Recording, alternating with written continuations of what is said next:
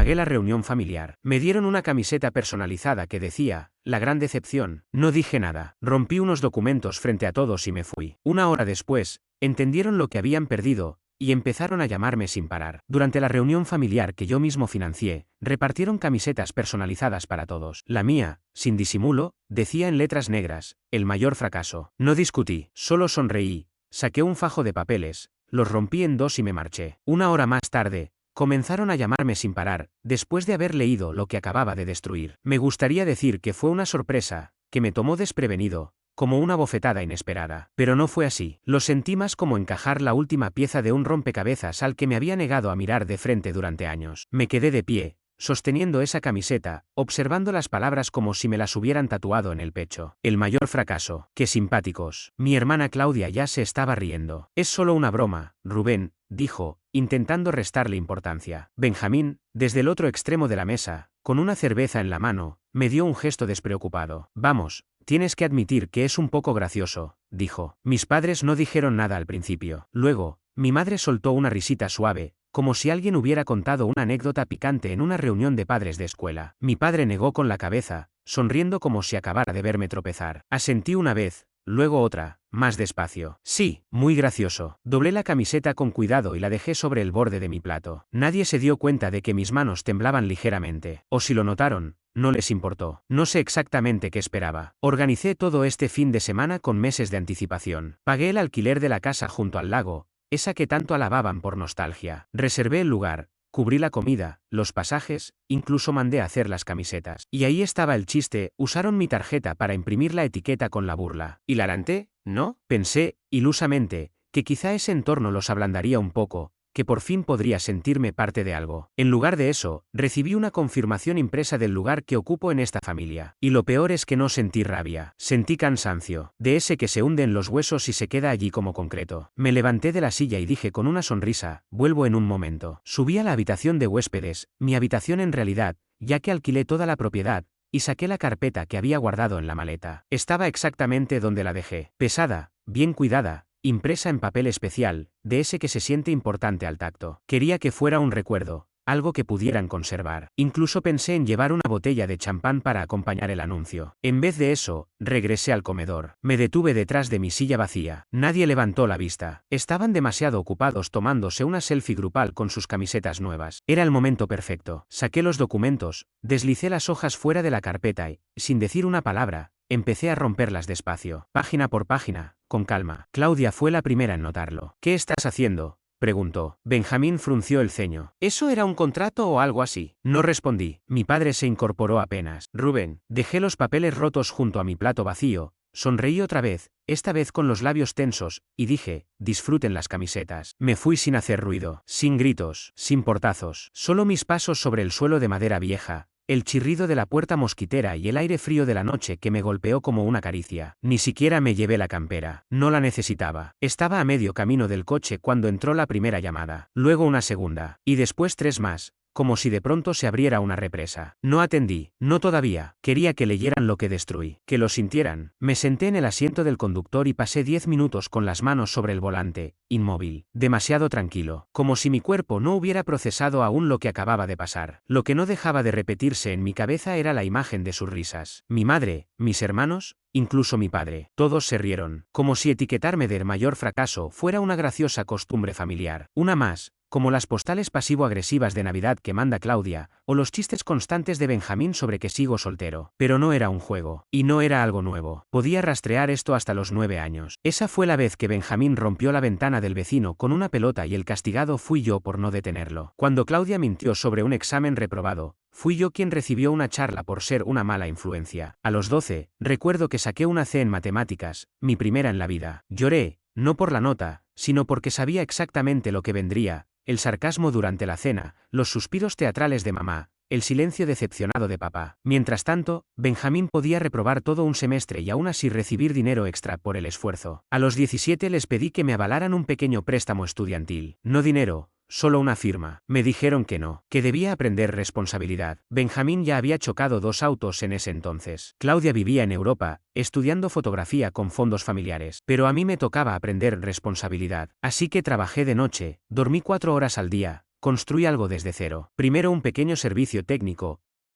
luego una plataforma por suscripción. Aprendí a programar, a presentar ideas, a escuchar rechazos y seguir adelante. Nunca pedí mucho. Un poco de reconocimiento habría sido suficiente. Tal vez. Durante años traté de convencerme de que algún día estarían orgullosos de mí. Pero en lugar de eso, me convertí en el chiste constante, en el raro, en ese tipo que llegaba tarde a las cenas familiares porque seguramente estaba programando en algún sótano olvidado. Cuando recibí mi primera inversión de 6 cifras, no le conté a nadie. Cuando liquidé toda mi deuda estudiantil de una sola vez, tampoco. Ni siquiera lo mencioné cuando mi empresa se volvió viral. Sentía que si lo decía, solo encontrarían la manera de burlarse o, peor aún, de atribuirse el mérito. Así que preferí el silencio. Pero observaba a Claudia organizar reuniones en departamentos que sabía que no podía costear con su sueldo. Observaba a Benjamín escribir mensajes crípticos en redes sociales sobre salud mental, y 2 días después, enviarme mensajes privados pidiéndome dinero. Veía a mis padres ahogarse con la hipoteca, pero aún así pagar cruceros para su aniversario. Y aún así, los ayudaba. En silencio, donaciones anónimas por aquí, transferencias imposibles de rastrear por allá. Porque, a pesar de todo, todavía quería creer en la familia. Pensaba que,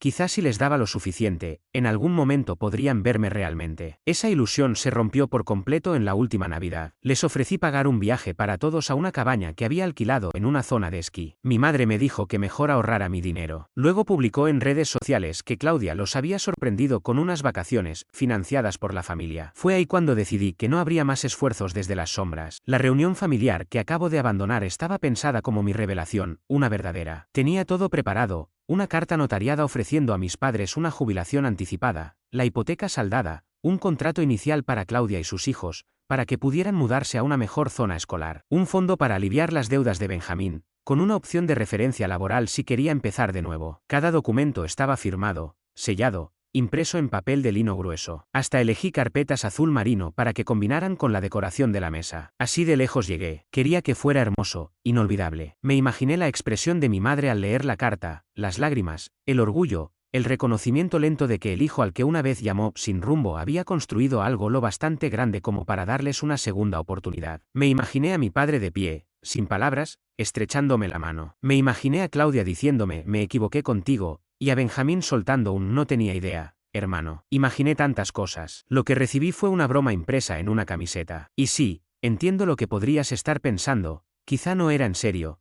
quizá fue un mal intento de humor, quizá habrían reaccionado distinto si les hubiera contado antes. Pero no, en el fondo, ellos lo sabían, siempre lo supieron. Vieron el auto que manejaba, la ropa que usaba, la forma en que la gente reaccionaba cuando mencionaba el nombre de mi empresa. Una vez mi madre me preguntó si estaba bien económicamente, pero lo hizo con ese tono ensayado que usan las personas cuando buscan confirmar lo obvio sin parecer impresionadas. No les importaba, o peor, sí les importaba, pero les dolía lo que eso decía de ellos. Así que se rieron, porque era más fácil mantenerme dentro de la caja del fracasado que admitir que se habían equivocado conmigo. Y ahora iban a descubrir que había dentro de esos papeles. Y no solo ellos, también todos los que alguna vez escucharon hablar del pobre Rubén. Todos los que creyeron que yo era un fracaso que saltaba de un proyecto triste a otro. Ellos también iban a conocer la verdad. Pero antes de eso, las cosas empeoraron. Porque ni siquiera había visto los mensajes todavía. Esos que ya estaban enviando. Las mentiras que empezaban a construir. La historia que estaban moldeando antes de que yo pudiera siquiera abrir la boca. Eso fue lo que vino después. Ni siquiera había llegado de vuelta a la ciudad cuando ya circulaban los rumores. Primero, una llamada de un amigo con el que no hablaba hacía meses. Oye, Rubén. Tu hermana publicó algo raro. Dijo que tuviste un colapso en la reunión familiar. ¿Estás bien? Colapso. Esa fue la palabra que usó. Entré a Facebook y ahí estaba. Una foto de la mesa, tomada esa misma noche, camisetas dobladas, copas de vino llenas, un pastel en el centro. El pie de foto decía, hay personas que simplemente no soportan formar parte de una familia. Igual te queremos, incluso cuando saboteas todo. Sin nombres, sin detalles. Pero el mensaje era evidente. Los comentarios estaban llenos de simpatía fingida y frases ambiguas. Lo siento, amiga, mereces paz. Hiciste lo que pudiste. Algunas personas son simplemente tóxicas. La familia es complicada. Te mando abrazos. Eso ya era suficientemente humillante. Pero después llegaron los mensajes del grupo familiar, las capturas de pantalla, los textos reenviados por primos, las preguntas de mis tías, y aún no habían leído las carpetas. Mi madre dijo que yo estaba bien, aunque horas antes la había llamado entre lágrimas, asegurando que había tenido un ataque de ira y que había destruido unos documentos legales durante una especie de episodio maníaco. Poco después, recibí un mensaje de Benjamín. Ni siquiera un saludo, solo un texto directo: ¿de verdad necesitas ayuda, Rubén?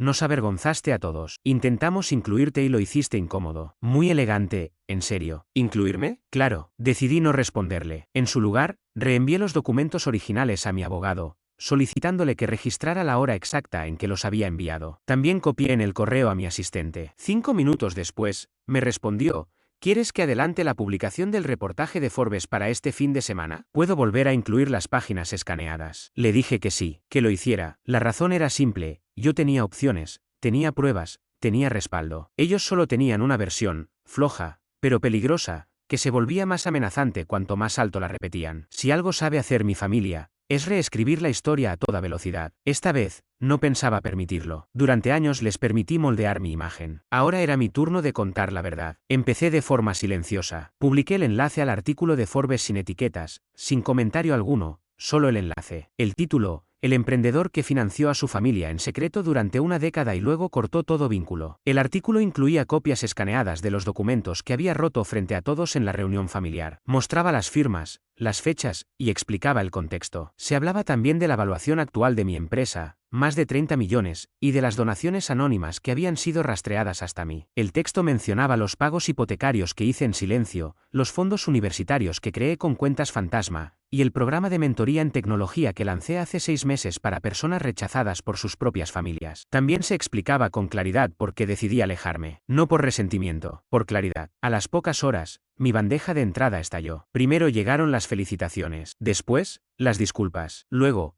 el pánico. Un mensaje de voz de Claudia: ¿por qué harías eso público? Nos estás humillando. Un texto de Benjamín: wow, muy maduro. Espero que estés orgulloso de haber arruinado la familia. Después, mi madre: tenemos que hablar. No entendiste el chiste, solo estábamos bromeando. ¿Malinterpreté una broma? Fue casi gracioso ver cómo se aferraban a esa versión. Pero no había terminado. No todavía. La historia empezó a circular. Primero un canal de YouTube, luego un podcast, más tarde, un mini documental. Los comentarios se multiplicaron. La gente empezó a elegir bando, pero en su mayoría, me eligieron a mí. Porque la humillación es algo que cualquiera puede reconocer, especialmente cuando viene disfrazada de sonrisa y se hace llamar familia. Benjamín intentó contraatacar en redes. Publicó un hilo donde me llamaba inestable y decía que estaba tergiversando los hechos. Pero alguien le respondió con una captura del contrato que yo le había redactado, con fechas anotadas. Otra persona rescató un viejo tuit de Claudia donde se burlaba diciendo que ella era la hija dorada. Ya no tenía tanta gracia. Incluso un influencer de tecnología que jamás había conocido compartió el artículo de Forbes con la frase: recordatorio, no todas las ovejas negras están perdidas. Algunas solo están hartas de los lobos vestidos de lana. Creyeron que podían desacreditarme, distorsionar todo,